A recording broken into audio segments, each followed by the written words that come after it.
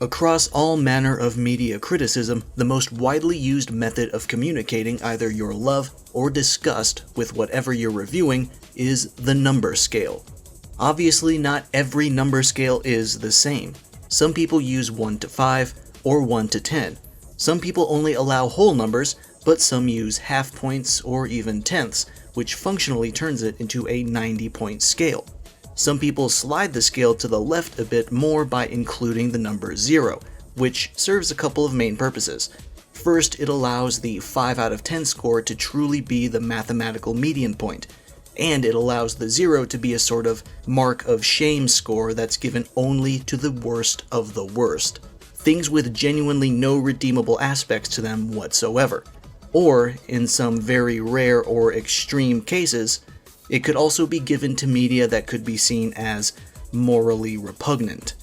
Some media critics also create their own unique spin on the number scale, such as internet's busiest music nerd Anthony Fantano, who divides numbers not by halves or tenths, but by light, decent, and strong, to convey the firmness of the number score given to the album he reviews.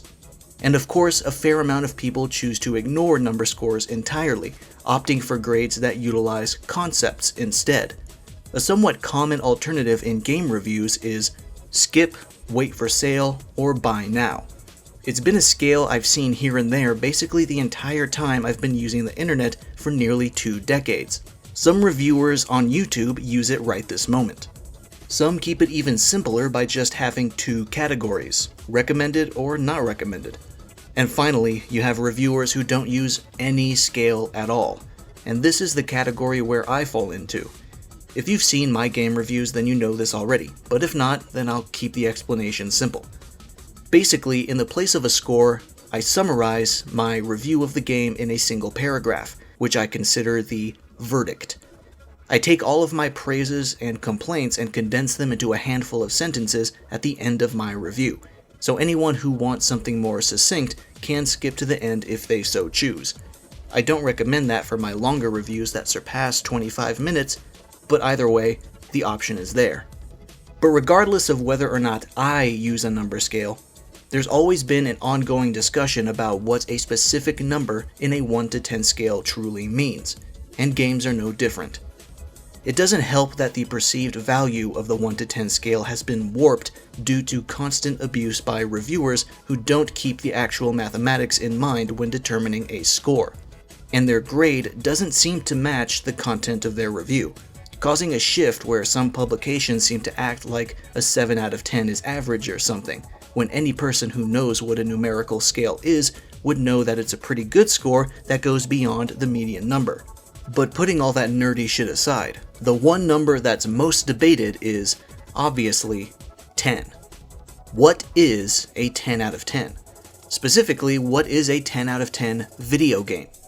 That's what I want to talk about in this video. It's a subject that I've been thinking about on and off for years now, and I've been particularly focused on it recently due to my review of Elden Ring, where I admitted that while I don't use a number scale, if someone asked me if I thought it was a 10, I would say yes. And unsurprisingly, some people took issue with this, but it wasn't some wanton decision with no thought put into it.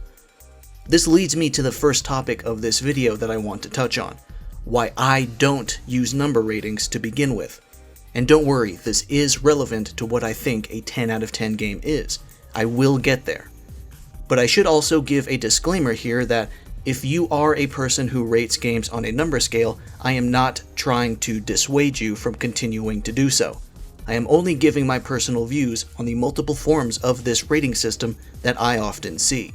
If you find a number scale to be overall beneficial to how you review a game, then keep doing it. I'm just a random guy giving his thoughts. Firstly, the number scale system is often associated with objectivity in reviews.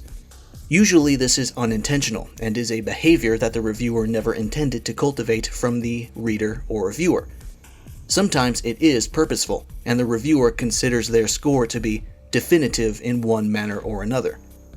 Personally, I've never been a fan of seeking objectivity in reviews, because if there's even the slightest chance that a reason you hate a game could be the exact same reason someone else loves it, or vice versa, then objectivity kinda just flies out the window.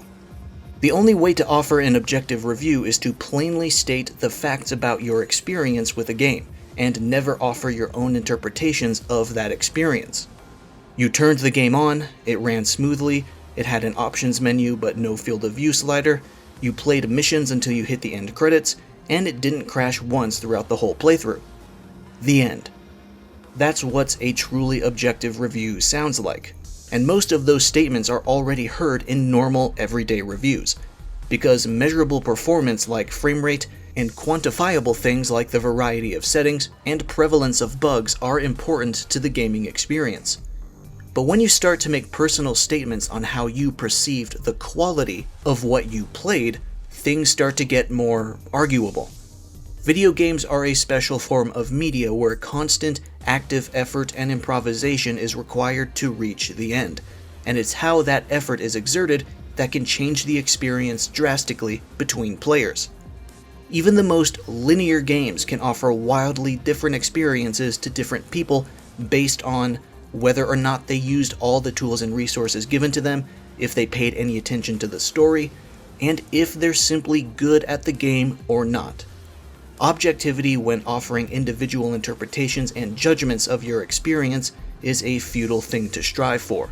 I've always felt that way, and to distance myself from the idea that my reviews have some sort of goal of objectivity in mind, I've decided to forego the usage of number scores. And secondly, there's the idea of perfection. This kind of goes hand in hand with objectivity. When people see a number system for review scores, they assume the highest score is meant to imply perfection. This is especially true for 1 to 10 scales. It's damn near impossible to read or watch a review that awards a game a 10 out of 10 and not see some kind of backlash in the form of people complaining that a 10 should not be given because the game isn't perfect. It's a common belief that 10s should only be given to games that are truly flawless. This plays into the idea of objectivity because if a game is truly perfect, then no one would disagree that it is. But if objectivity is practically impossible, then so is perfection. Some reviewers address this by utilizing a 1 to 10 scale for their reviews, but, funnily enough, purposefully make the 10 score unobtainable, because, as I stated, perfection doesn't exist. I understand why they do this, but it's pretty counterproductive. If a 10 is unobtainable, then a game that would serve as a reference point for that score doesn't exist either. Meaning, having a 10 in your scale serves no practical purpose. It's basically a novelty, like a button on a remote that doesn't do anything. The problem with this approach is that it shifts the value of your scale entirely. If a 10 is totally off limits and has no reference point, then a 9 is now the highest obtainable score, meaning that it basically serves the same purpose as a 10 in spirit, even though it's not a 10 in name. If I'm being completely blunt here, I think using a scale like this is just a straight-up contrivance. But now all that stuff is out of the way, let's answer the question posed by the video title. What is a 10 out of 10 game? Now some of you might already be thinking, well, damn, if you don't believe in objectivity or perfection, then how can you possibly gauge what a 10 is? And that's the million-dollar question, isn't it? To put it simply, I think a 10 is the most personal, subjective score you can possibly give.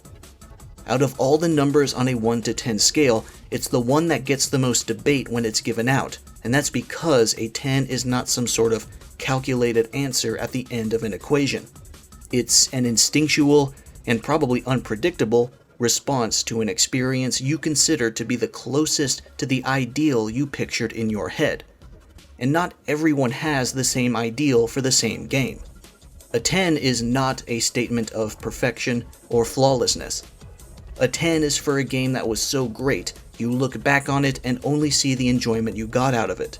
Not because bad parts didn't exist, but because they were only brief, fleeting moments compared to the incredible stretches of pleasure given by the rest of the game. A 10 out of 10 score is a gut feeling, a sensation where you know you enjoy a game so much you do not question whether or not it's deserving of such a score, because you simply know that it is. Because a 10 is such a personal, instinctive grade, You open yourself and your review up to more scrutiny for awarding it than you would if you had given a 9 out of 10 instead. As an example, let's talk about 2 games that I would give a 10 to. I've already established that I would give a 10 to Elden Ring, but what's another game that's furthest from it that I would give the same score to? On the game design spectrum, what would be considered its polar opposite? A visual novel? A puzzle game? A narrative-focused first-person shooter with lots of scripting? How about a shoot-'em-up? Mushihime-sama Futari, or Bug Princess 2, its English title, is a vertical scrolling bullet hell developed by Cave, who are a legendary studio within the genre. It's my favorite bullet hell and one I always find myself going back to whenever I want to scratch my shmup itch. There's a lot of classics that other people might prefer, like Ketsui or Battle Garega, but Bug Princess 2 is my number 1, and it's another game that I would give a 10 out of 10 to, just as I would Elden Ring. Knowing this, I might draw the ire of people who love the latter but don't care for the former.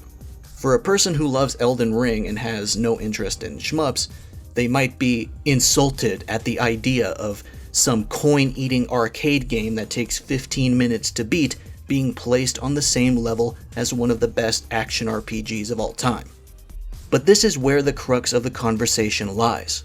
These games are vastly different from one another, and are thus held to vastly different expectations.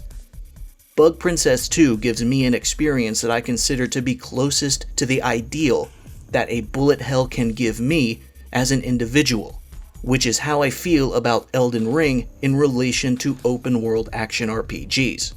Just because I give both of them a 10 doesn't mean I'm comparing them to each other. How could I even go about that without being ridiculously contrived? Even if we assume that everyone agrees they're both 10s, how can I make some sort of criteria that is broad enough to be equally applied to both games while also being strict enough to keep the 10 score rare and valuable? The answer is simple. I can't.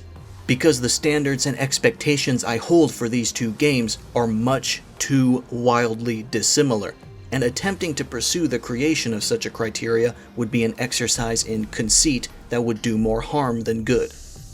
And, of course, giving a 10 isn't limited to newly released games you play for the purpose of reviewing them.